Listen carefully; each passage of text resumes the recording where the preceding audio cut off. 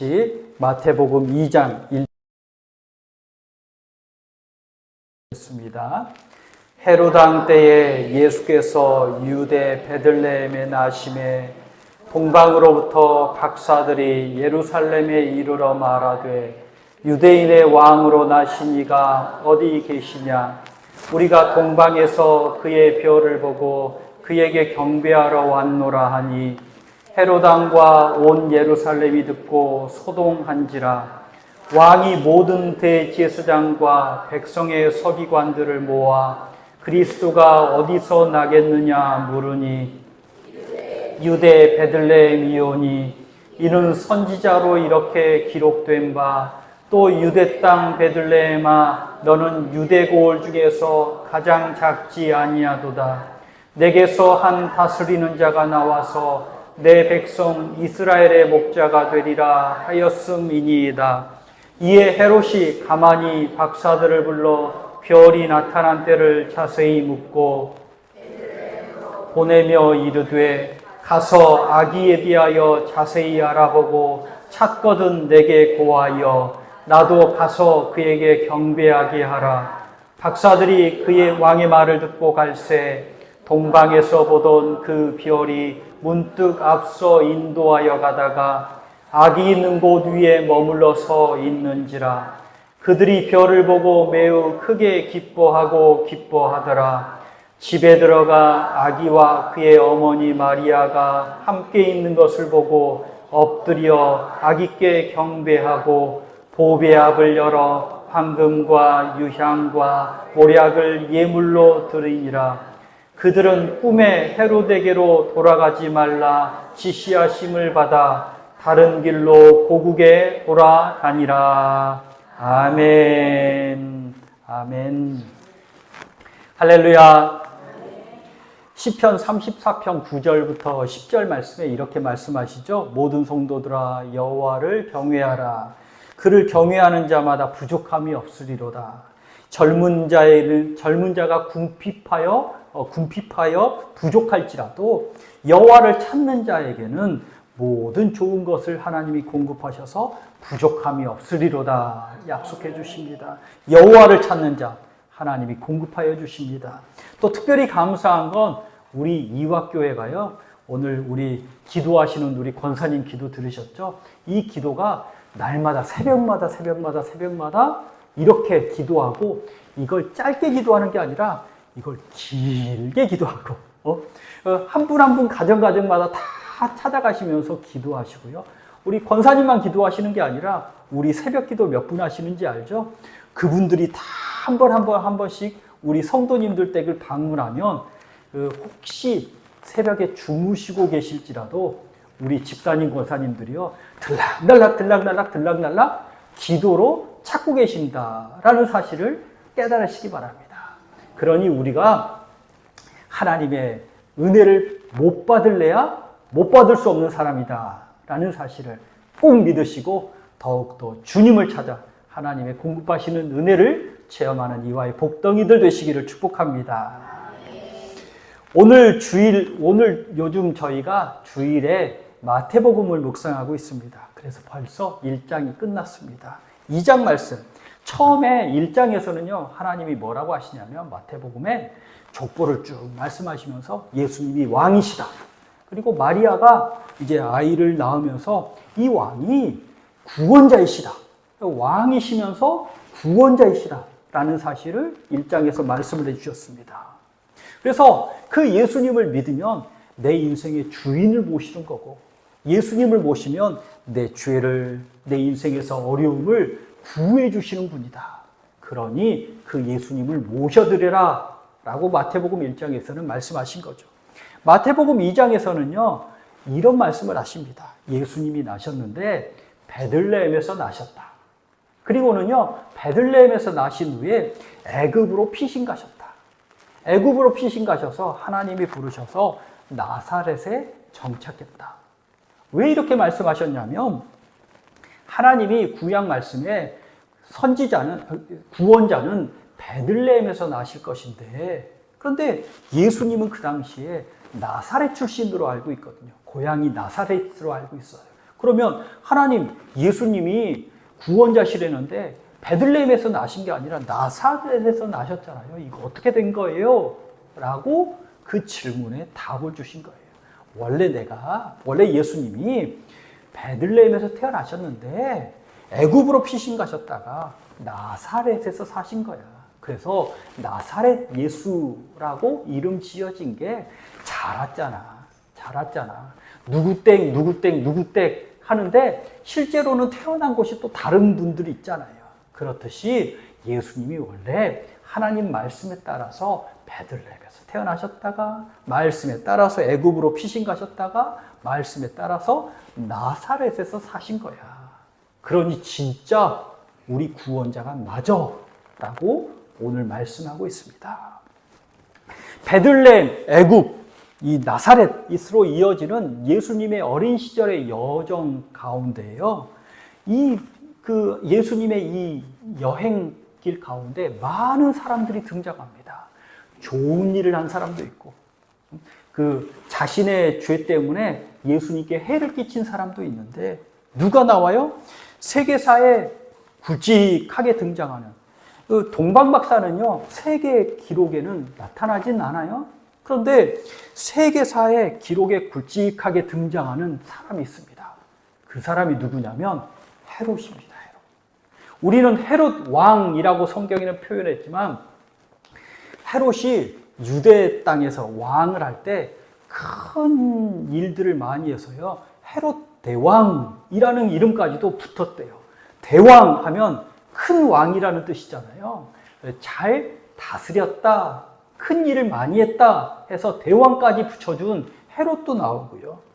또 이름도 모르지만 어디에서 온지 모르지만 동쪽에서 온 지혜자도 있고요.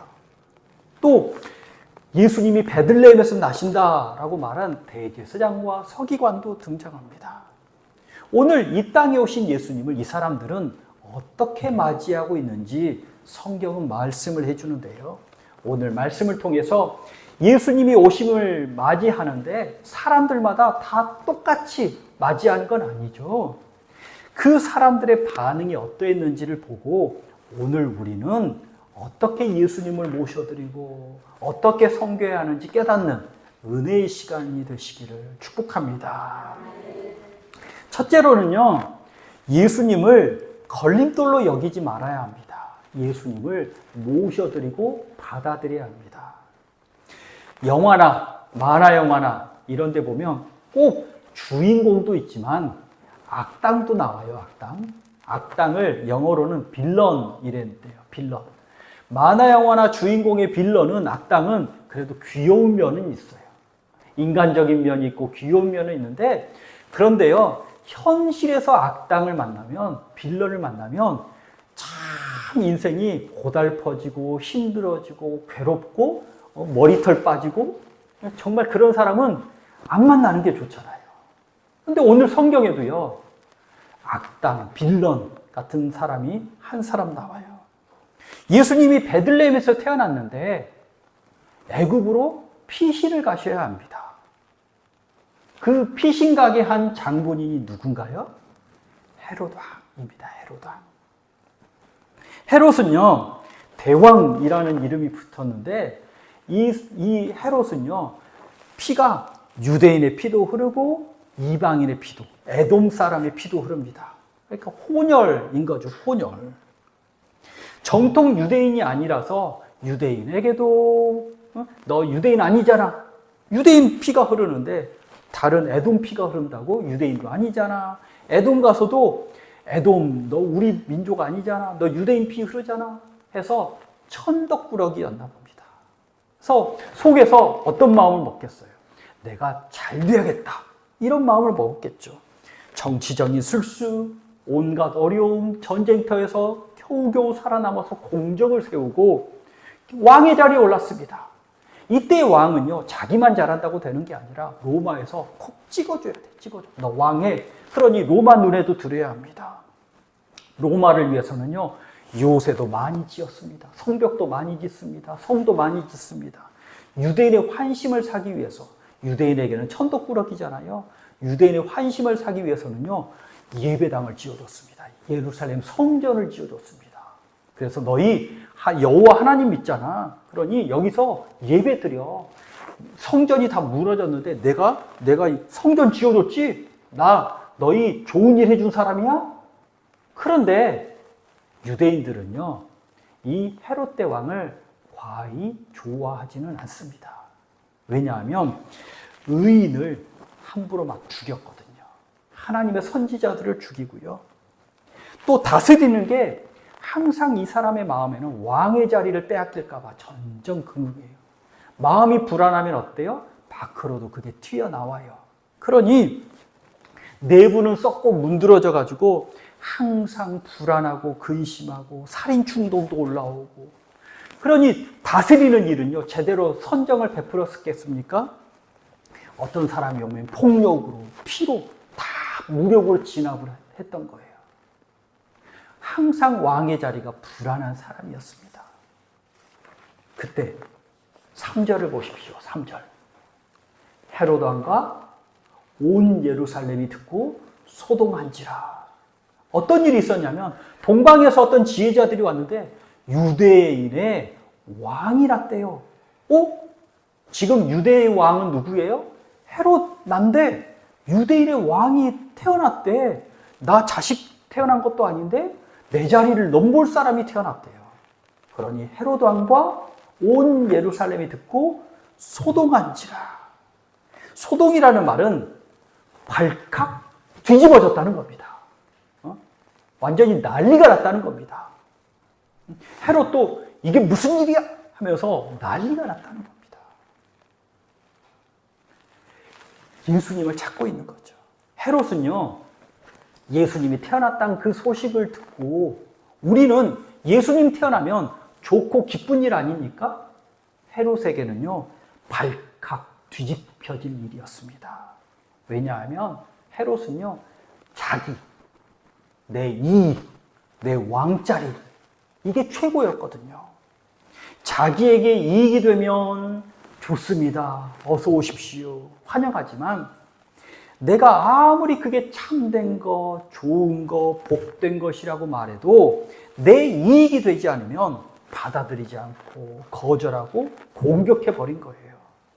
헤롯은요, 예수님조차도 내 인생에 도움이 되지 않는 분, 귀찮게 하는 사람, 회방꾼, 내 것을 빼앗아가는 사람이라고 생각을 했던 거예요. 우리 상상에는 예수님을 이렇게도 상상할 수 있을까? 생각할 수 있을까? 하지만 실제로 예수 안 믿을 때는 가끔은 그렇게 생각하신 적 있으시잖아요. 우리 그리스도인들은요, 이단을 가까이 하지 않습니다. 왜냐하면 참된 것이 아니기 때문에, 하나님 말씀에 어긋난 것이기 때문에, 또 나에게 유익이 복되지 않기 때문에 이단은 가까이 하잖아요. 그런데 정치인들은요, 신천지 10만 수요식에 참여했다라는 기사도 나오더라고요. 그 사람들의 기준은 뭐예요? 표잖아요, 표. 표가 되는 곳에 가는 겁니다. 그게 옳고 그르고 이게 문제가 아니라 표가 되는 곳에 찾아가는 거예요. 기준이 다릅니다. 기준이. 사람들의 기준이 다르면요, 한 사람을 보는 그 눈과 시각도 다를 수가 있습니다. 우리는 어떻습니까? 정말 하나님과 하나님 말씀을 가장 소중히 여기고 계십니까? 참 거짓을 중요하게 여기고 계십니까? 참이라면 혹시 나에게 이익이 되진 않더라도 내가 그것을 따르겠습니다라는 믿음이 있으십니까? 혹시 예수님 오신다면 복된 일이 있다고 하는데 그것이 기뻐해야 될 일인데 발칵 뒤집혀지는 일이 되지는 않습니까? 헤롯은요, 예수님을 없애기 위해서 예루살렘 아기들을 모두 죽이잖아요. 싹을 완전히 자른 겁니다. 우리도 마찬가지로 예수님과 관계된 것, 복된 것, 하나님과 관계된 것 쫙 없애는 그러한 일을 하고 계시지 않으십니까? 하나님께서 그런 모습을 보면 피눈물을 흘리면서 안타까워하시겠죠.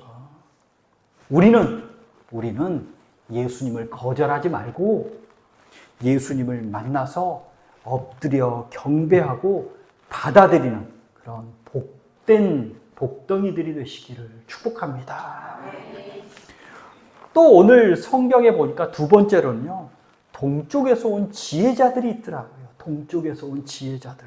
이분들은요, 주님을 만납니다. 그리고 주님을 만나자마자 납작 엎드려서 경배합니다. 주님을 높여드립니다. 이런 분이 있습니다. 예수님이 오십니다 라는 소식을 듣고는 헤롯과 예루살렘은요, 발칵 뒤집혔잖아요. 발칵 뒤집혔습니다. 3절에 발칵 뒤집혔습니다. 그런데 10절에 보십시오. 동방에서 온 박사들은요, 10절에 그 별을 보고 매우 크게 기뻐하더라. 11절에 그 집에 들어가서 예수님을 보고 엎드려 경배하고 예물을 드리니라. 누구는 예수님이 오신다는 소식을 듣고는요, 발칵 뒤집혔는데, 이 동방의 세 지혜자들은요, 예수님이 머무는 곳이 너무 좋은 거예요. 베들레헴이 너무 기쁜 거예요. 예수님이 계신 그곳을 간절히 사모했던 거예요. 직접 만나고는요, 납작 엎드려서 높여드립니다. 정말 좋습니다. 정말 좋습니다. 참으로 나를 좋게 만들어 주실 분입니다라고 높여 올려드리고 찬양하고 경배하고 있습니다. 동쪽에서 온 박사들, 동쪽에서 온 지혜자들은 어떤 사람들인가 살펴봤더니 유대인들 아닙니다. 유대인들 아니고요. 예수님과 같은 동족이 아니고요. 외국 사람이에요. 외국. 멀리서부터 왔습니다. 왕이 태어났다는 축하를 하기 위해서 파견된 특사들입니다. 특사들. 시바의 여왕이 솔로몬 잘 부흥한데 라는 소식을 듣고 솔로몬 영광을 보기 위해서 특사로 오잖아요. 그와 마찬가지로 동쪽에서 지혜자들이 온 세상을 구원할 유대인의 왕이 나셨다는 소식을 듣고는요, 특별히 축하하러 특별사절단으로 온 겁니다. 동쪽에서 온 지혜자들은요, 세 사람이라고 말을 하죠. 보통 세 사람. 왜냐하면 드린 예물이 세 개니까. 황금, 유향, 모략. 여기서 잠깐만 성경상식. 황금, 유황, 몰약이 아니라 유황은 얼굴에 대면 칙 타는 유황입니다. 그 화학약품으로 사람을 해야 하는 약품이라서 유황이 아니라요. 황금, 유향은 향수, 유향, 몰약입니다. 자, 그런데 세 사람이라고 생각을 해요. 그리고는요, 이 지혜자들은 왕이었을 거다라고 말합니다. 왜냐하면 이사야서 60장 3절에 보니까 나라들은 내 빛으로, 왕들은 비치는 광명으로 나아온다. 그들이 금과 유향을 가지고 여호와의 찬송을 전파할 것이다 라는 그 말씀을 봤더니 동방 박사들이 하나님이 말씀하시길 왕들이었나 봅니다 라고 생각합니다. 자, 세 사람이 왕이 예수님을 경배하러 축하하러 왔습니다. 어느 날 저희 집 앞에 외국인이 찾아옵니다. 여러분 보셨습니까? 근사하게 길이도 우리들 보통 차보다 엄청 긴 리무진이 우리 집 앞에 딱 섰어요. 아니, 서신 거 못 보셨어요? 내렸는데 사우디 갑부가 그 하얀 일을 하면서 사우디 갑부가 딱 내려요. 그래서 딱 내리면서 하는 말이 목사님 어디셔요? 하면서 찾는 겁니다. 하나님이 이 학교에 보내셨어요. 하면서 저에게 악수를 딱 하고요. 근사한 선물을 딱 주고 갑니다. 못 보셨어요? 보셨어야 되는데.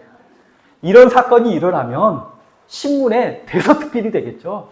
우리 마을에, 아니 이 개항에, 김포에 떠들썩할 겁니다. 사우디아라비아 국왕이었으니 나라가 발칵 이렇게 시끌벅적하겠죠.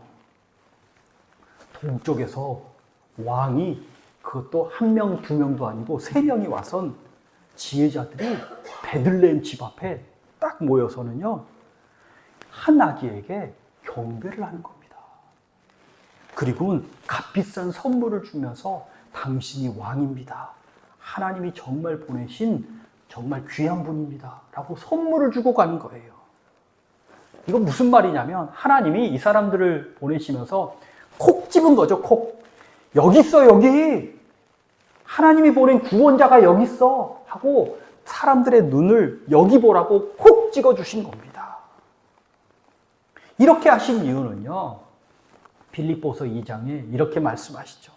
그러므로 하나님이 그를 지극히 높여 모든 이름 위에 뛰어난 이름을 주셔서 하늘에 있는 자들이나 땅에 있는 자들이나 땅 아래에 있는 자들로 모두 무릎을 꿇게 하셔서 예수 이름 앞에 무릎을 꿇게 하시고 모든 입으로 예수 그리스도를 주라 시인하게 하셨느니라. 그 일을 이루게 하시기 위해서 외국 사람을 보내셔서 유대 땅에 왕을 보내셔서 예수를 높여주고 있습니다. 그러면서 이 장면을 본 우리도 예수님을 모시고 높이고 경배하라라는 이야기죠. 우리 교회도 베들레헴의 기적의 별과 같이 십자가의 은혜가 머물러 있는 걸 보이십니까? 십자가의 은혜가 우리 이화교회에 딱 머물러 있습니다, 여러분. 여기 바로 우리 이화교회 성령께서 역사하고 계시잖아요. 구원의 일이 일어나고 있습니다. 하나님의 위로하심이 있어서요, 눈물을 닦아주시는 역사가 일어나고 있잖아요. 하나님께 부르짖습니다. 새벽마다 부르짖고 기도할 때마다 부르짖고 내가 하나님을 사모하며 부르짖을 때 문제를 해결해 주시잖아요. 십자가의 은혜가 우리 교회 가운데 가득하고 있습니다. 하나님 나라가 선포되고요, 하나님 말씀이 가르쳐지고요, 치유의 역사가, 회복의 역사가 일어나고 있습니다.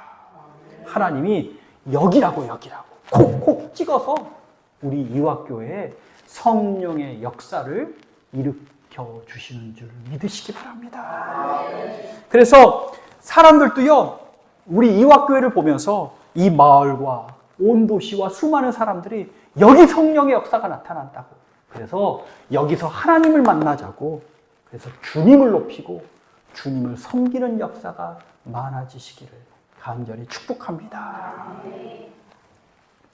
또 세 번째로 오늘 성경 말씀을 보니까 이런 사람이 있어요. 주님을 섬기고 예물을 드려야 됩니다. 4절에 보십시오. 4절에 보니까 대제사장과 백성의 서기관들이 나오죠. 이 사람들에게 그리스도가 어디서 나겠느냐 물으니 딱 정확한 대답을 합니다. 어디서 난다고요? 유대 땅 베들레헴에서 날 겁니다. 예수님이 그리스도가 어디서 나는지 잘 알고 있는 사람입니다. 그런데 잘 살펴보세요. 대제사장과 이 서기관들은요, 예수님을 찾아가지 않습니다. 예수님을 만나지 않습니다. 예수님을 경배하지 않습니다. 나중에 예수님 생애 마지막에서는요, 예수님을 죽이는 사람이 됩니다. 안다고, 예수님이 어디서 태어나는지 알고 있잖아요. 근데 안다고 경배하고 섬기는 사람은 아니더라고요.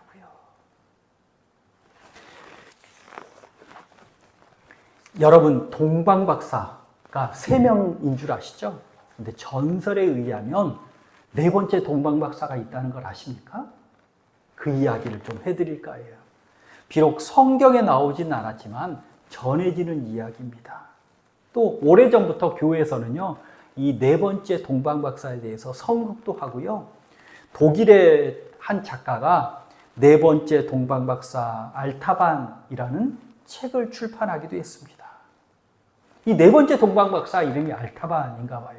초대교회는요, 첫째, 둘째, 셋째 동방박사의 이름도 이렇게 지명하긴 했는데 전에 내려오는 이야기니까 몰라도 돼요. 네 번째 동방박사는 어떤 사람이었냐면 이제 세 명의 동방박사와 함께 세 명의 지혜자와 만나기로 했어요. 예수님이 이제 별을 따라서 유대의 왕께 경배하러 가기로 했는데 글쎄 가다가 이제 새 보물 세 개를 준비해서 만나러 갑니다. 근데 가다가 보니까 길가에 병자가 쓰러져 있는 겁니다. 잘 치료하고 나을 때까지 도와줬어요. 그 중에 위해서 쓴 거예요. 그러다 보니 세 명의 동방박사가 기다리다가 별이 가니까 이 네 번째 동방박사 알타반을 기다리지 못하고 먼저 간 겁니다. 가보니까 세 명은 먼저 출발하고 열심히 쫓아갑니다. 베들레헴에 도착했습니다. 근데 예수님도 동방박사와 만나고 동방박사는 자기의 집으로 돌아가고 이 예수님은 애굽으로 피신을 간 거예요. 그러니 베들레헴에 갔는데 아무도 없는 겁니다. 그때 예수님을 만나지 못한 거죠. 그때 헤롯이 베들레헴 아기들을 죽이라고 하잖아요. 알타반이 한 아기가 죽임당하는 것을 보고 그 유대 군인에게 보물 하나를 주고 그 아이의 생명과 바꿉니다. 두 번째 보물을 사용했죠. 그렇게 예수님 만나지 못한 채 한 30년이 지났다고 해요. 전에 내려오는 이야기예요. 전에 내려온 이야기. 네, 성경 이야기는 아니지만. 그런데 30년 후에 예수님 만나기 위해서 다시 예루살렘에 올라갔습니다. 예수님이 이제 유대에서 활동한다는 소식을 들었겠죠. 예루살렘에 갔는데 이 예루살렘에서 예수님이 십자가 지시고 골고다를 오르고 계시는 거예요. 그러면서 이 알타반의 마음에 내가 보물 하나를 드리고 싶었던 보물 하나가 남아있지, 이 보물 하나를 써서 로마 군병에게 주고 예수님을 구해야겠다 생각을 마음먹을 그 순간에 글쎄 한 소녀가 로마 군병에게 노예로 끌려가는 게 보이는 겁니다. 마음에 갈등이 일어납니다. 예수님이냐 이 소녀냐. 로마 군병에게 보물을 주고는요 그 한 소녀를 구해냅니다. 알타반에게 아무것도 없는 거죠. 십자가에 달린 예수님과 알타반은 눈이 마주칩니다. 주님께 드려야 할 그것들 다 지키지 못하고 텅 빈 몸으로 몸뚱이 하나만 왔습니다.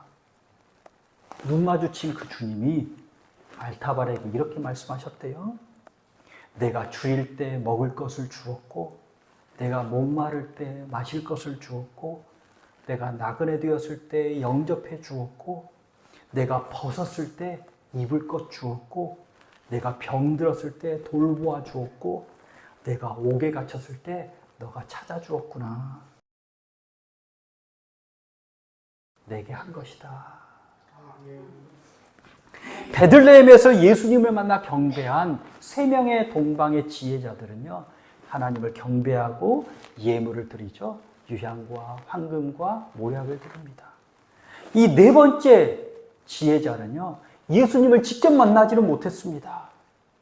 만나려고 할 때마다 그때마다 도움이 필요한 사람들이 있어서 그들을 돕다 보니 직접 예수님을 만나지는 못했습니다. 그렇지만 바로 그에게 한 게 예수님께 한 것이다. 그 네 번째 동방박사는요, 그 순간마다 예수님을 만난 거였습니다. 우리는 주님을 아는 만큼 주님을 섬겨야 합니다. 주님을 사랑하는 만큼 또 내 형제자매도 사랑해야 합니다. 동방의 지혜자들은요, 예수님을 찾아왔습니다. 만나고 싶었습니다. 그래서 만나고 엎드려서 경배하고 예물을 드립니다. 우리도 주님을 그렇게 사모하고 주님 만나기를 사모하고 주님 만나는 그곳에서 엎드려 주님을 높여드리고 경배하고 또 좋은 것을 주님께 드림으로 주님을 귀하게 섬기는 그러한 복덩이들이 되시기를 축복합니다. 결론을 말씀드립니다. 예수님은요, 우리의 왕이시고 구원자이십니다. 예수님은 우리를 구원하기 위해서 영생을 주고 싶으셔서 이 땅에 오셨잖아요. 그런데 이렇게 좋은 예수님, 귀한 예수님임에도 불구하고 예수님 때문에 걸려 넘어지는 사람도 있더라고요. 예수님을 선한 목자요, 왕이십니다. 내 인생의 주인이십니다. 나를 구원해 주실 분입니다. 복된 분이십니다. 라고 생각하는 게 아니라 예수님을 아니 도대체 도움도 안 되는 사람이야. 나를 귀찮게 하는 사람이야. 나를 주일날 잠 못 자게 하는 사람이야. 내 인생의 회방꾼이야. 내 것을 자꾸 뺏어가는 사람이야. 라고 생각하는 사람도 있다는 거죠. 그런데 우리 이화의 복덩이들은 항상 언제나 주님 만나는 걸 사모하고 주님을 만나면 엎드려 경배하고 높이고 섬기는 분들이 되시기를 간절히 축복합니다. 하나님의 구원의 은혜가 여기 있습니다. 우리 이화교회에 하나님의 구원의 은혜가 넘칩니다. 지금이 은혜 받을 만한 때라고, 지금이 구원받을 때라고 드러내는 그런 복덩이들, 복의 통로 되시기를 축복합니다. 기도하겠습니다. 하나님 감사합니다. 하나님이 나에게 오셔서 생명 주시고 영생 복락 주시며 복에 은혜에 능력을 더하여 주시니 감사합니다. 언제나 예수님을 나의 주인으로 나의 구원자로 모시고 경배하며 높여드리며 주님을 귀하게 섬기는 복덩이들 되게 하여 주시옵소서. 하나님의 구원의 은혜가 여기 있다고, 하나님의 복의 역사가 여기 있다고 드러내는 복덩이, 복의 통로 되게 하여 주옵소서. 예수 그리스도 이름으로 기도하옵나이다. 아멘.